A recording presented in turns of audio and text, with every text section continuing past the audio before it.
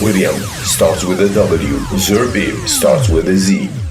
You're listening to William Zerbib Classic Rock, WDMZ.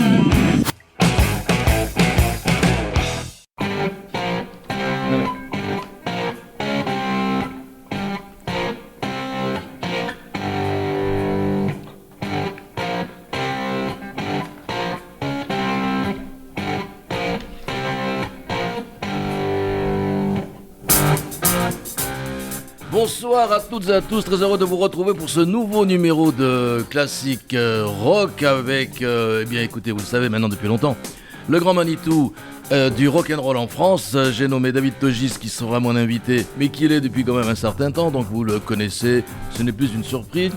Et David, bonjour, bonsoir. Bonsoir monsieur. Et puis, et comme d'habitude, on a mis beaucoup d'entrain, d'énergie pour... trouver le groupe dont auquel nous allons discuter pendant tu veux dire que les discussions ont été longues et que l'ONU a dû débattre à un moment en session plénière. On peut dire ça comme ça pour arriver au groupe Chicago. Alors, Chicago, toute une histoire. Moi, pour te dire la vérité... Est-ce que tu as été à Chicago au moins ? Non. Ouais, moi oui. Alors pourquoi Chicago d'abord s'appelle Chicago ? Parce qu'au départ, moi je les connaissais sous le nom de Chicago Transit Authority. C'était leur nom de départ. C'était trop long. Et puis, qu'est-ce qui leur a pris de trouver un nom pareil ? Parce que c'est comme si demain matin je m'appelais la butte Montmartre, quoi, tu vois. Bah, ça aurait pu être pire, t'aurais pu t'appeler RATP aussi. Parce que c'est la compagnie de bus de Chicago en fait. RTM, non, je sais plus RATP. Qu'à Marseille, c'est RTM. Oui, si tu veux, mais le problème, c'est que dans ces années-là, où on voulait à la fois être un peu onirique et être dans la réalité, certains se disaient je vais faire une référence à quelque chose qui existe.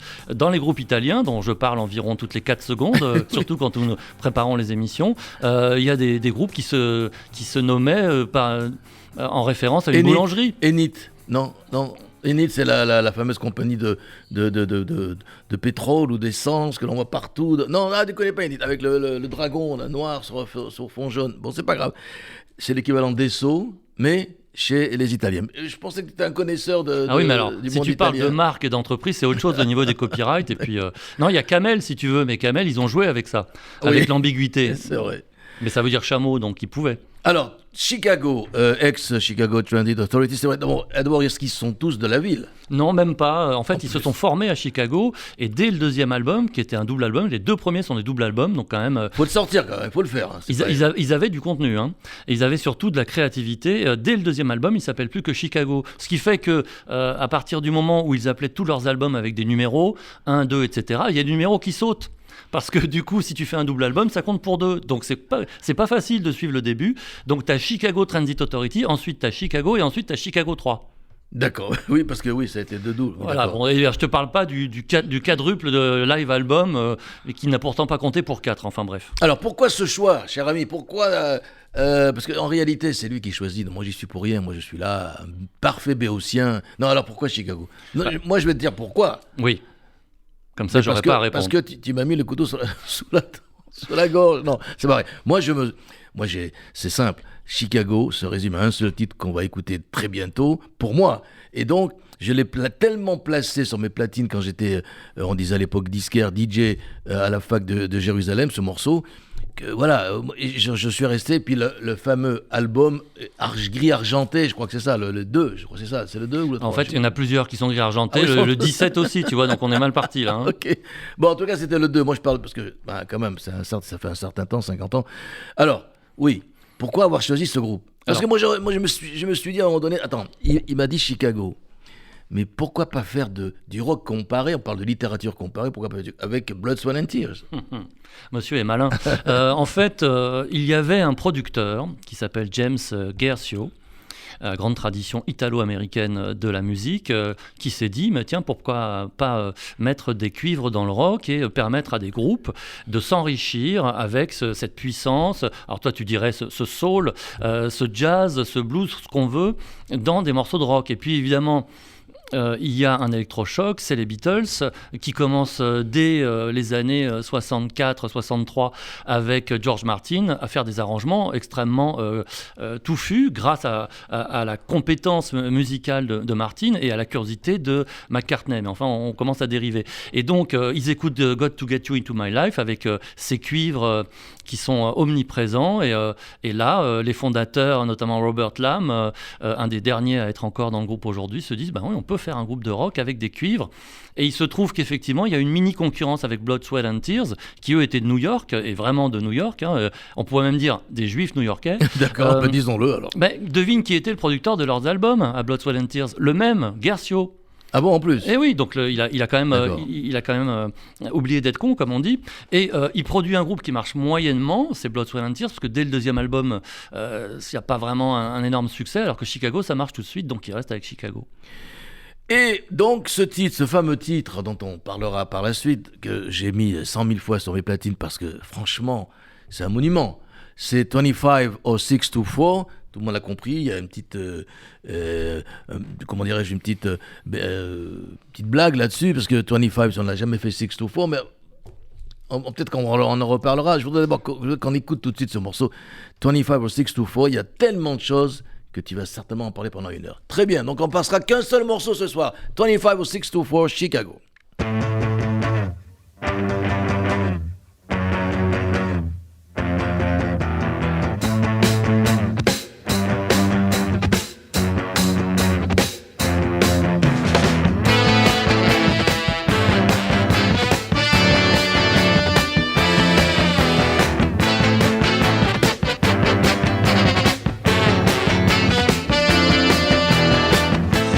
Waiting for the break of day,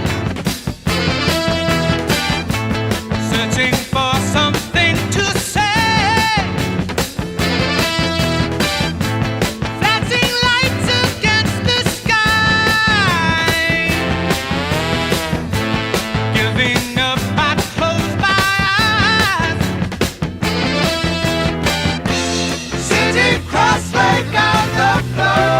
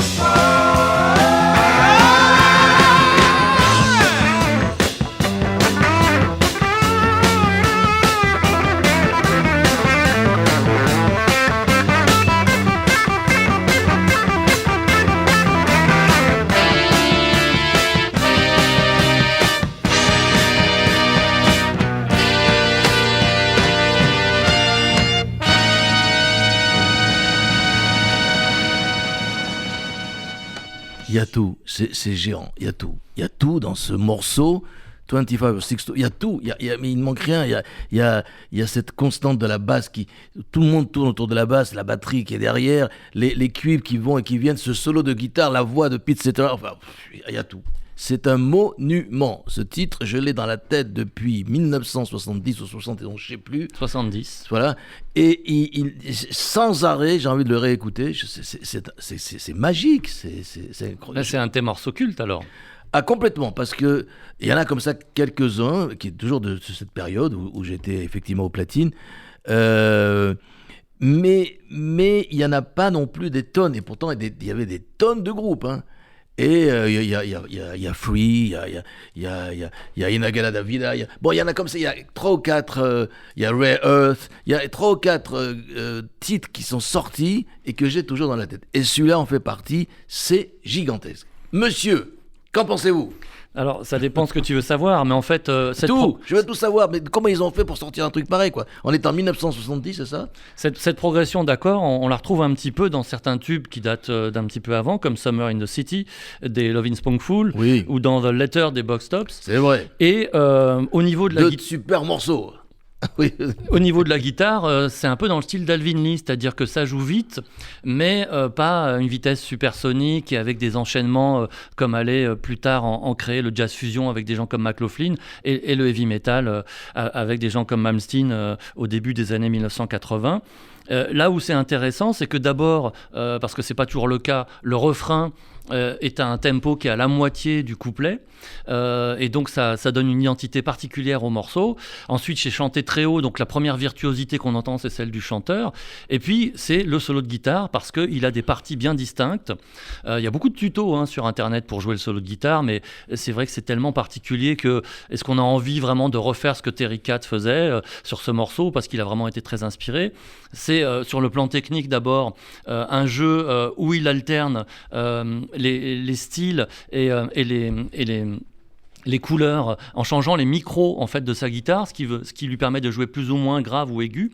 Et puis ensuite il y a le moment où la wah-wah arrive, ce qui donne une modulation supplémentaire, une énergie supplémentaire, et puis comme tu l'as dit, poussé par les cuivres. Et d'ailleurs dans le final du morceau, on est purement dans le jazz. Absolument. Il y a vraiment énormément de comme on dit, de pêche de cuivre avec ces notes très longues. Là on est carrément dans un grand orchestre et on voit d'où viennent les Un musiciens. big band, quoi. Oui, mais ça pourrait être c'est aussi très américain, quoi, philharmonique. Il n'y a pas beaucoup d'exemples, donc je ne sais pas si on peut dire si c'est très américain, parce que un groupe avec des cuivres qui ont cette importance-là et qui restent quand même du rock, c'est-à-dire pas du funk, pas Earth, Wind and Fire ou autre, ou des crooners, c'est pas si fréquent. En fait, il n'y a que Blood, Sweat and Tears, quoi, en fait.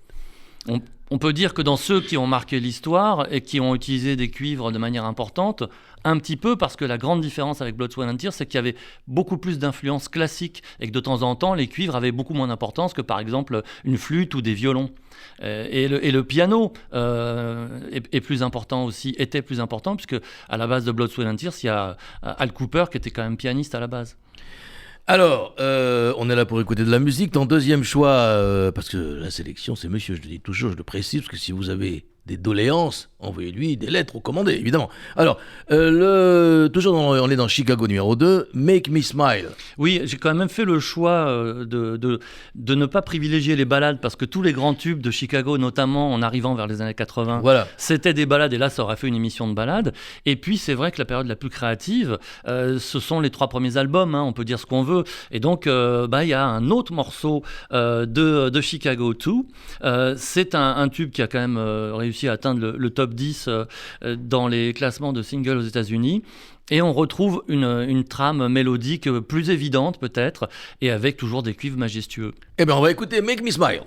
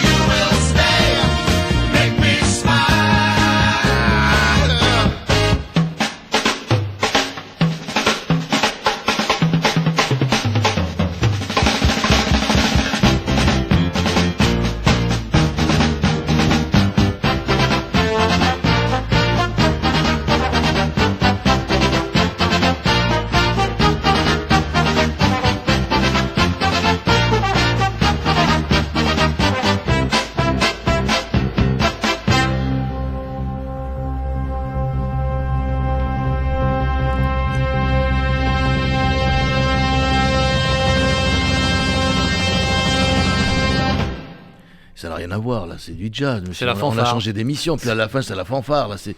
Ben, ils C'est font ce quoi? qu'ils veulent. Faut pas oublier que la moitié de ces gens-là étaient étudiants quand même dans une grande université de Chicago. Ils ont des compétences qui leur permettent d'aller où ils veulent. Et puis à partir du moment où ils sont signés sur la plus grande maison de disques et que dans ces années-là, on est très très curieux de tout, à la fois dans le business que dans le public, ben, ça... Non, mais restons-y dans ces années-là. C'est quand même des années que j'ai un peu connues.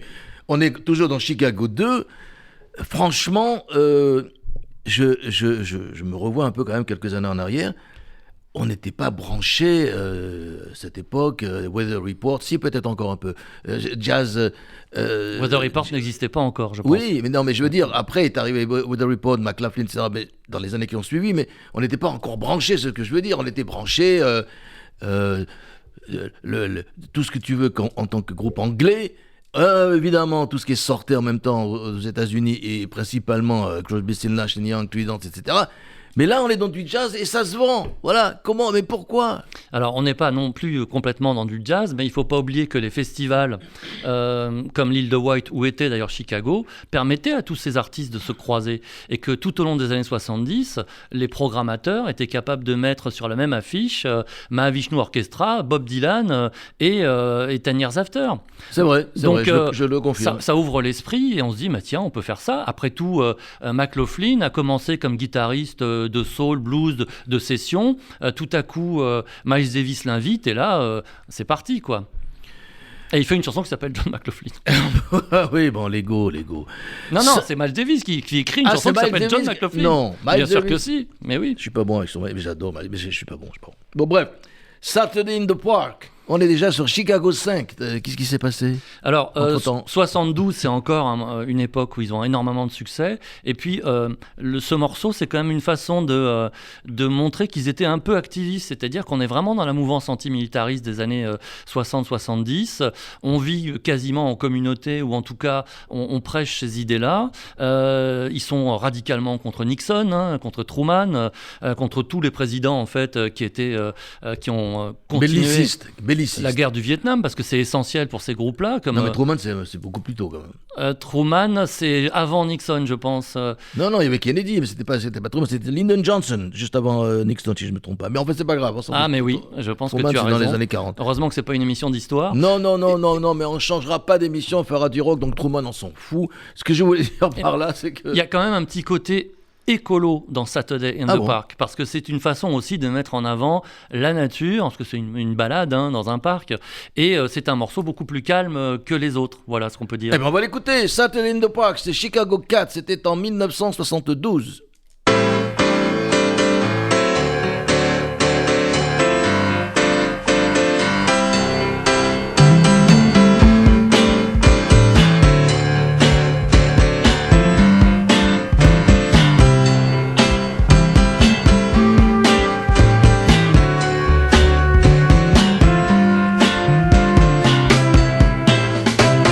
Saturday in the park, I think it was the 4th of July.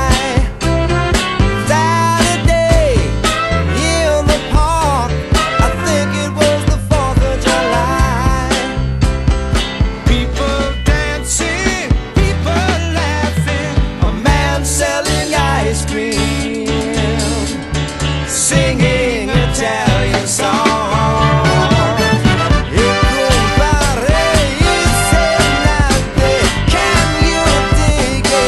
yes I can.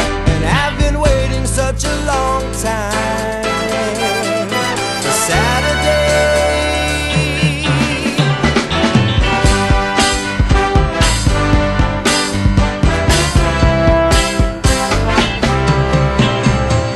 Another day in the park, I think it was the 4th of July. Another day in the park, I think it was the 4th of July. People talking, really smiling. A man plays guitar and singing for a song. Will you help him change the world? Can you dig it? Yes I can. And I've been waiting such a long time for today. Slow motion riders fly the colors of the day. A bronze man still can tell stories his own way. Listen, children, all is not lost, all is not lost. Oh, no, no.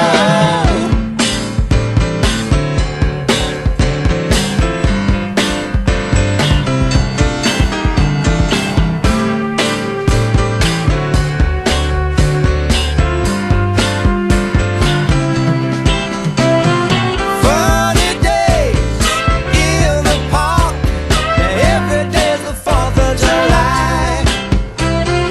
Funny days in the park, every day's the 4th of July. People reaching, people touching, a real celebration. Waiting for us all. Waiting for us all. If you want it, really want it, can you dig it? Yes, I can. And I've been waiting such a long time for the day. Yeah, yeah, yeah.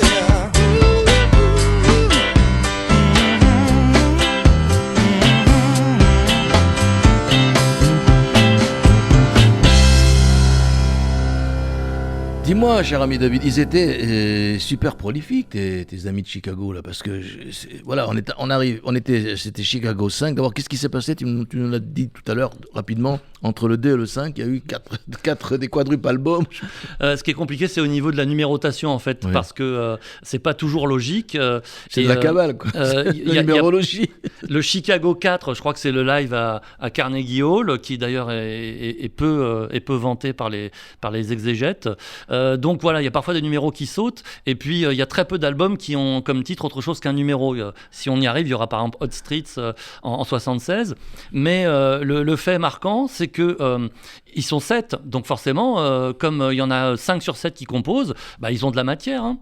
Et puis ça aide d'écrire la musique, parce que si tu sais jouer du jazz, tu sais forcément écrire la musique, donc tu vas plus vite. Alors, tu me dis, ils sont 7, mais c'est comme plein de groupes dont tu as parlé ces derniers mois, mais ça, comme disait notre cher ami Claude François, ça s'en va et ça revient, c'est de la folie, quoi. J'arrive plus à suivre. C'est quand même Qui un est petit peu resté- problématique de citer Claude François quand on parle de Chicago, hein. Ouais, oui, non, Ah, mais je proteste. Je suis le seul à l'avoir fait quand même. Non, mais je l'ai quand même fait parce que. Non, mais c'est sans arrêt ça. Et les types, ils partent, ils disparaissent, ils reviennent. Je parle même pas que de Pete Seeger. Alors non, dans Chicago, c'est pas tout à fait ça en fait. Si on prend l'exemple de Peter Cetera, il est parti en 85, donc il a quand même largement attendu avant de partir. Et puis le pauvre Terry Cat, dont on a entendu le merveilleux solo, lui, il est mort accidentellement en 78. Les autres sont partis pour des raisons qui étaient probablement liées à la fatigue, parce que Chicago, c'est un groupe qui tourne tout le temps. Là, en septembre, en ce moment, ils sont en tournée. Ils ont 75 ans, 80 Voilà, ans. les fondateurs ont cet âge-là, mais il en reste quand même 3 de l'origine, 3 dont 2 de la section de cuivre quand même, hein, c'est assez fort, hein. Ouais. Et le gars qui joue du trombone, on peut se dire, mais lui, il doit se dire de temps en temps, mais à quoi je sers? Eh ben non, il est toujours là. Et en plus, il compose, c'est James Pankow. Et donc, Robert Lamb, qui est quand même l'âme du groupe, haha, Ah bah oui. lui, il est vraiment toujours là. Et on peut dire que comme il compose beaucoup plus que les autres, sa présence est plus importante. Mais ce qui s'est passé, mais on y arrivera peut-être après, c'est qu'à partir du moment où Cetera est parti, c'est devenu un autre groupe. C'est un peu comme Fleetwood Mac, ça n'a plus rien à voir au niveau du son, au niveau des compos, au niveau de la production. Et d'ailleurs, les cuivres, à partir des années 80, ont bien du mal à trouver une ouverture pour se faire entendre. Mais c'est un autre style. Et les musiciens qu'ils vont embaucher à partir de cette époque-là, et qui vont là, pour le coup, beaucoup changer, vont essentiellement venir du rock californien. Ce sont des multi-instrumentistes qui touchent à la perfection. C'est-à-dire super chanteurs, super bassistes, super claviéristes.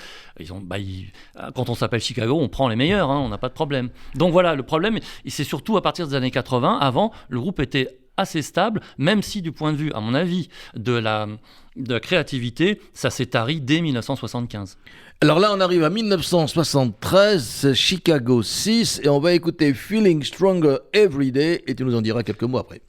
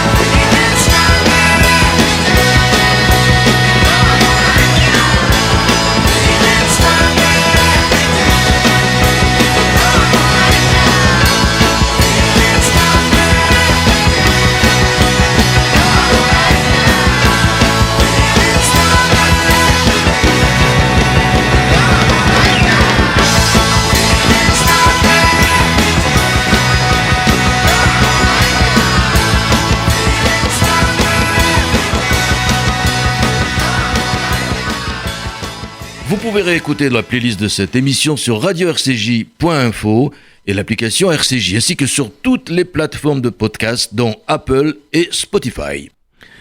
Alors là, mon cher David Togis, je rappelle pour ceux qui ne le savent pas que cette émission est un spécial Chicago, ça je pense que vous l'avez un peu compris, mais que nous sommes avec David Togis, spécialiste, s'il en existe, et très peu il y en a dans ce monde, en tout cas dans les radios, province, Paris, ailleurs. On voyait les violons, et qui voyagea un jour à Chicago en plus, pendant 10 jours. À Chicago. Et oui. Non mais franchement, là...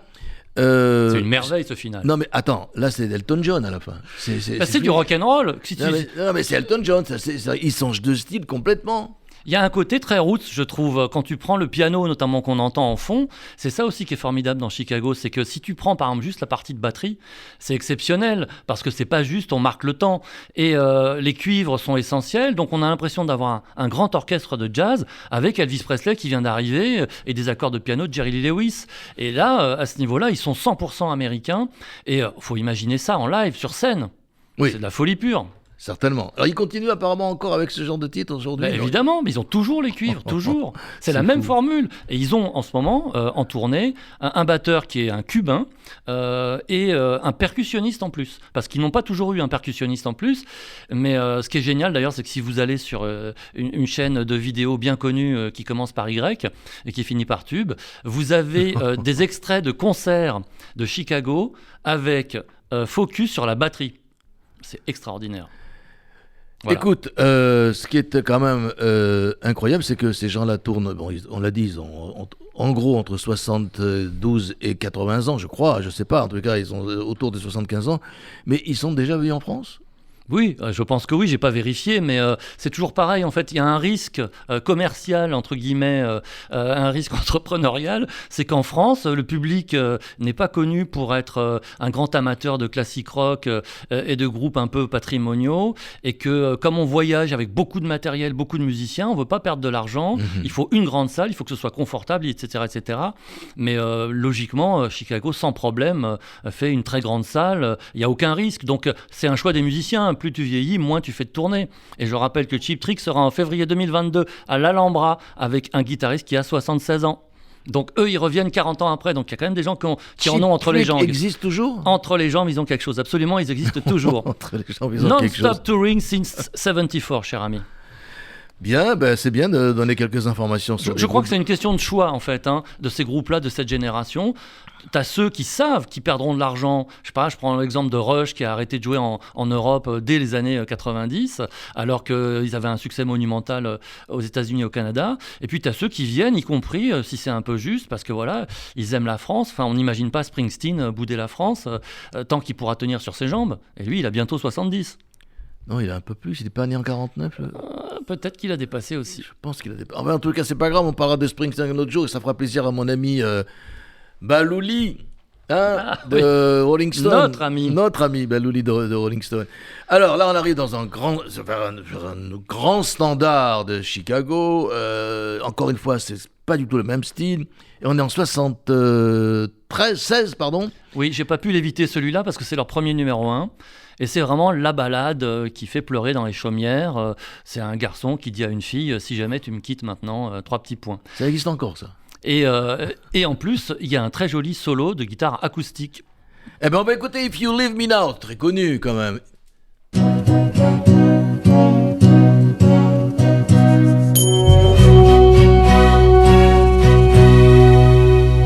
If you leave me now, you'll take away the biggest part of me. Ooh, no, baby, please don't go. And if you leave me now, you'll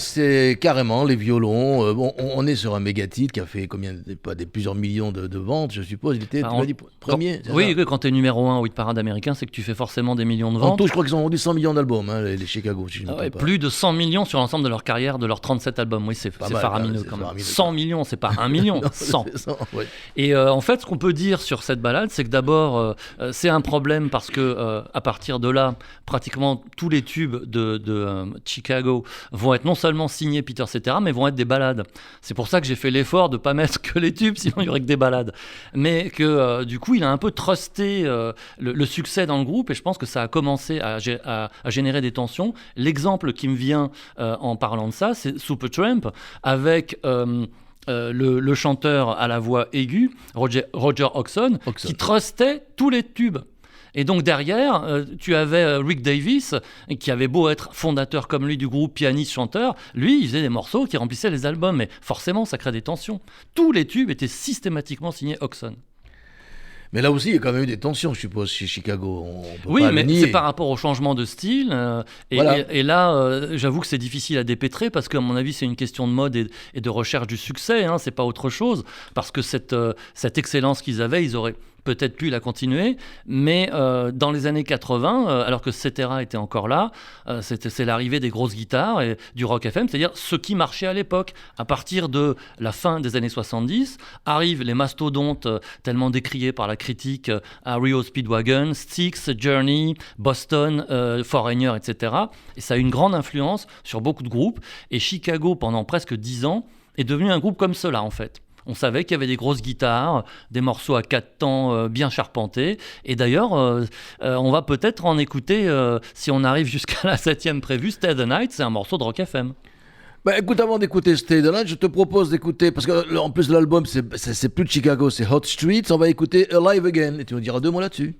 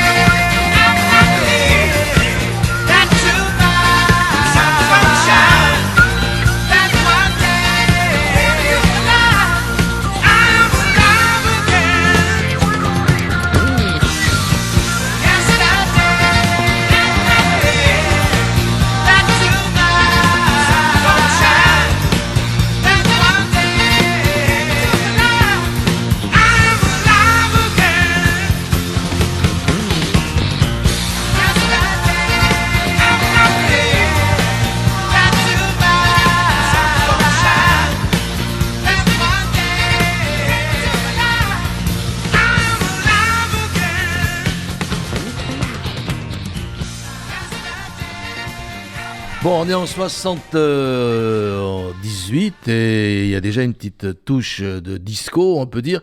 Mais je n'ai pas l'explication pourquoi tout d'un coup ils sont arrêtés, ils ont appelé l'album Hot Streets. Alors, je répondrai en deux points. Ils ont fumé quelque chose. Premier point, est-ce que c'est vraiment important?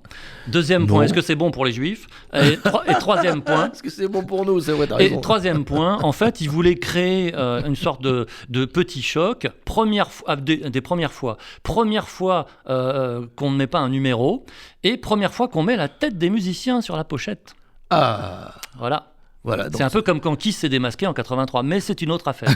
Tu veux pas faire de spécial Kiss, hein, alors Ah non, que oh non. il y a de quoi dire pourtant. Avec Chaim Weitz, Oui. Alors puis là. il y avait- et il y a aussi Paul Stanley, oui, qui vient de Hongrie aussi. Mais bon, non, mais il y avait pas le. non, ils mec- sont que deux là, faut pas non plus Non, non, il y exagérer. avait pas le mec de Haïfa, non, c'est dans le Oui, groupe. c'est Chaim Weitz. Ah, c'est Chaim Weitz, Oui, le d'accord. bassiste chanteur. Bon, ben on continue cette émission exceptionnelle, extraordinaire, animée de main de maître par David Togis, avec notre titre de Chicago. Alors, on est arrivé en 1984, il y a toujours Pete Cetera là-dedans. Oui, puisqu'il partira après, et là pour le coup, on est dans le Rock FM. Hein. Alors, on va écouter donc du Rock FM, c'est Chicago 17, et c'est Stay the Night.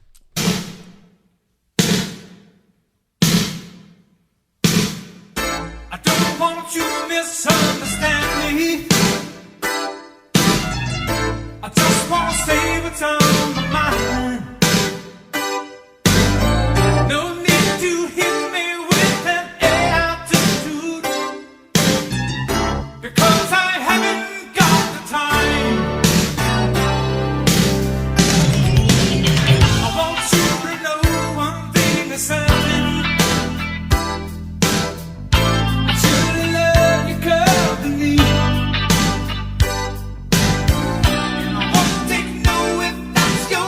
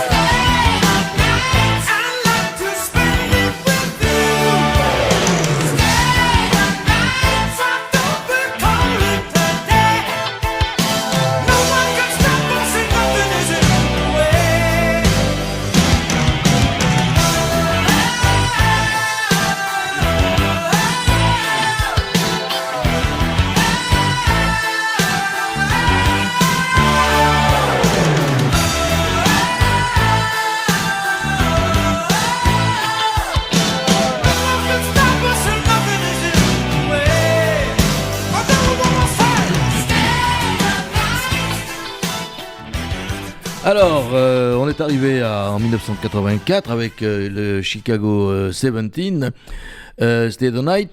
Pour terminer cette émission, je te propose d'écouter encore une espèce de ballade.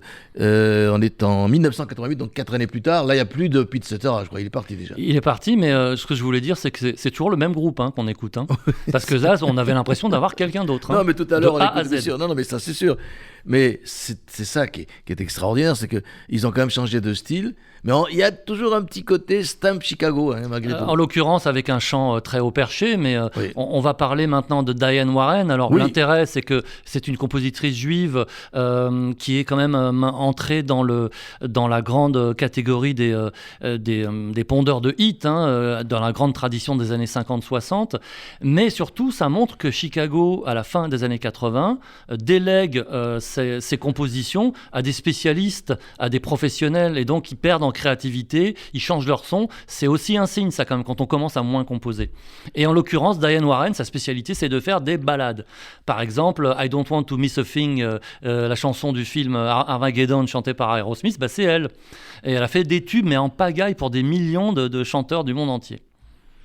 Eh ben, pour terminer cette émission, cher ami, nous allons écouter donc Look Away. Ça, encore une fois, c'est Chicago. Et c'est leur dernier numéro 1. Et c'est le dernier, voilà, absolument, le dernier numéro 1. Et le temps pour moi de te remercier d'avoir participé à cette émission qui sera donc une émission historique. Annoncer à nos amis et à nos fidèles amis que la prochaine sera sur Police. Ça te fait plaisir, ça, hein? Ah oui. J'ai longtemps hésité avant, Eh ben, ce sera quand même sur Police. Ce sera en novembre prochain. Et donc, souhaiter une excellente nuit à tout le monde. Salut. Merci d'écouter WDMZ et d'écouter surtout les sermons rock'n'roll de David Togis. Bonsoir et À merci. bientôt. William. Ciao.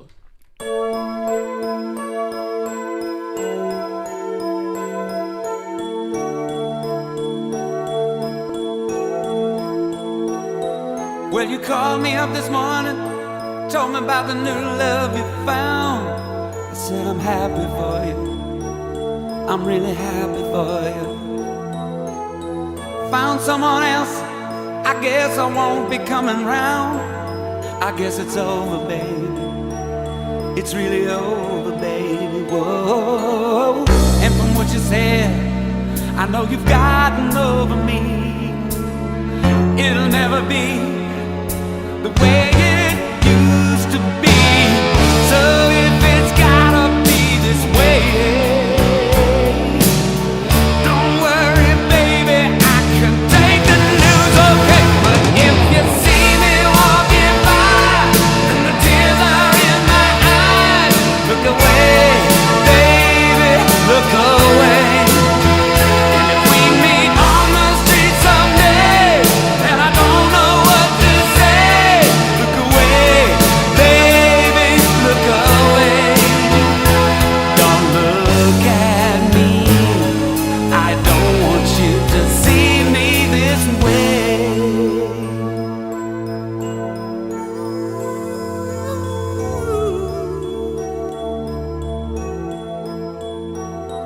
When we both agreed as lovers, we were better off as friends. That's how it had to be. Yeah, that's how it had to be. I tell you I'm fine, but sometimes I just pretend. Wish you were holding me, wish you were still holding me. Oh, I just never thought that I would be replaced so soon. I wasn't prepared to hear those words from you. I know I wanted to be free. Yeah, baby, this is how we wanted it to be. But if you see me walking by and the tears are in my eyes, look away, baby, look away. And if we meet on the streets